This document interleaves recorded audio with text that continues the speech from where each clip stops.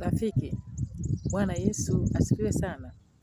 Ninakusalimu kupitia jina la Yesu Kristo, mwana wa Mungu aliye hai. Ninaitwa Mwinjilisti Tusajigwe, lakini ni mwimbaji wa nyimbo za Injili. Nazungumza nawe rafiki yangu.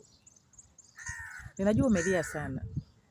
Umeumizwa sana kwenye maisha yako, na waliokuumiza wengine ni ndugu wa damu kabisa. Lakini wengine ni marafiki. Lakini wengine ni majirani. Umelia sana. Machozi kwako kimekuwa ni chakula kila kuitwapo leo. Nyamaza chakulia.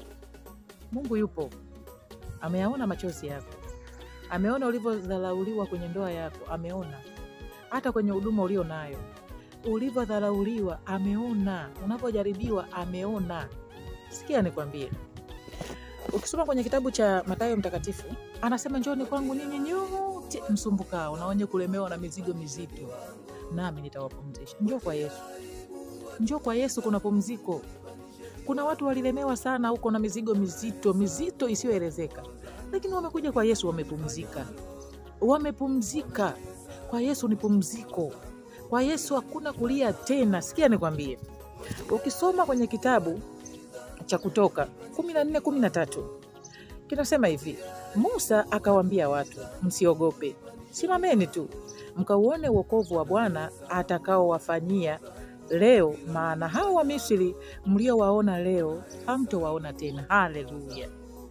Wale waliosababisha ulie, wale waliosababisha teso la moyo wako, wale waliokuumiza, watu wako wa karibu, waliozungumza maneno magumu ambayo hata ukikumbuka unahisi moyo wako unaumia sana.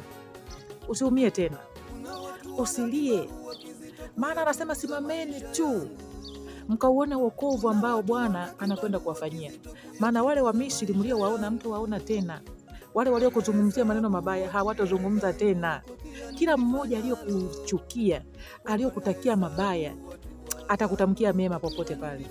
Kuna wakati watachekelea hata wakati hujawachekesha. Sikiliza nikwambie.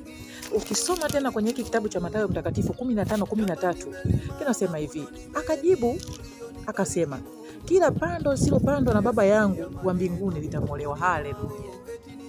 Kila pando asilolipanda Baba yangu wa mbinguni litang'olewa.